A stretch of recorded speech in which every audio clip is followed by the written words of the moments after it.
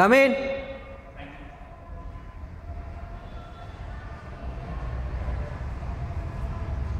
Is maybe serious, sir? Yeah, you can. Thank you. Sir, exams hall ticket ఇవ్వండి sir. Exam రేపు next week నుంచి జరుగుతుందంట. Hall ticket ఇవ్వండి sir. Fee కట్టకపోతే hall ticket ఇవ్వట్లేదండి sir మీరు. Sir please sir, దయచేసి నాకు హాల్ టికెట్ ఇవ్వండి సార్. ఇంట్లో అమ్మ నా లారీకి పరిస్థితి బాగాలేదు సార్. నేను ప్రతి మంత్ కడుతున్నాను సార్ మీకు ఫీజు అనేది. ఈ మంత్ ఏంటంటే ఆర్థిక ఇబ్బందుల వల్ల కట్టలేకపోతున్నాను. దయచేసి నాకు హాల్ టికెట్ ఇవ్వండి సార్. నా ఫ్యూచర్ మీద, నాకు లైఫ్ మీద డిపెండ్ అయ్యాను సార్. నేను ఖచ్చితంగా జాబ్ కొట్టగలుగుతాను.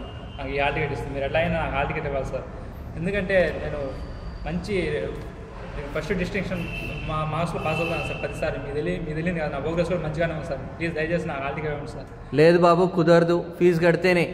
సార్ ఎలా సార్ మీరు ఎందుకు ఎవరు ఏమనుకుంటున్నారు? మీరు ఎందుకు ఎవరు రిక్వెస్ట్ చేస్తున్నాను అనుకుంటే మీరు ఏమనుకుంటున్నారు? ఎంత రిక్వెస్ట్ చేయడం అయినా రిక్వెస్ట్ని యాక్సెప్ట్ చేయాలి. ఎందుకంటే నేను గుడ్ స్టూడెంట్, మీకు తెలుసు చెప్తున్నా, మీకు ప్రోగ్రెస్ బాగుంది కదా. నేను 10 మంది కడుతున్నా, మీరు ఎందుకు ఇవ్వట్లేదు? ఎందుకు ఇవ్వరండి మీరు? దీన్ని బట్టే తెలుస్తుంది గుడ్డా బేడా. గుడ్డా బేడా కాదు, నేను డెడికేషన్గా డిసిప్లైన్గా ఉంటాను. హాల్ టికెట్ ఫ్యూచర్ సంబంధించింది. ఎగ్జామ్ రాస్తే పాస్ అవుతారు.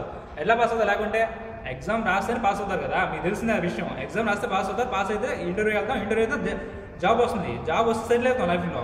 మీరు ఎడ్యుకేషన్ డబ్బుగా కొంటున్నారు. ఏంటి మీరు డబ్బుగా నమ్ముతున్నారా? అలా అయితే ఒప్పుకోండి. మేము ఇక్కడ చాలా స్టూడెంట్స్ ఫెడరేషన్ నుంచి మిమ్మల్ని చాలా ఖండిస్తున్నాం. మేము ఖచ్చితంగా మీరు ఇస్తే హాల్ టికెట్ పద్ధతిగా ఉంటుంది. లేకుంటే మీ కాలేజీ లేపేస్తాం.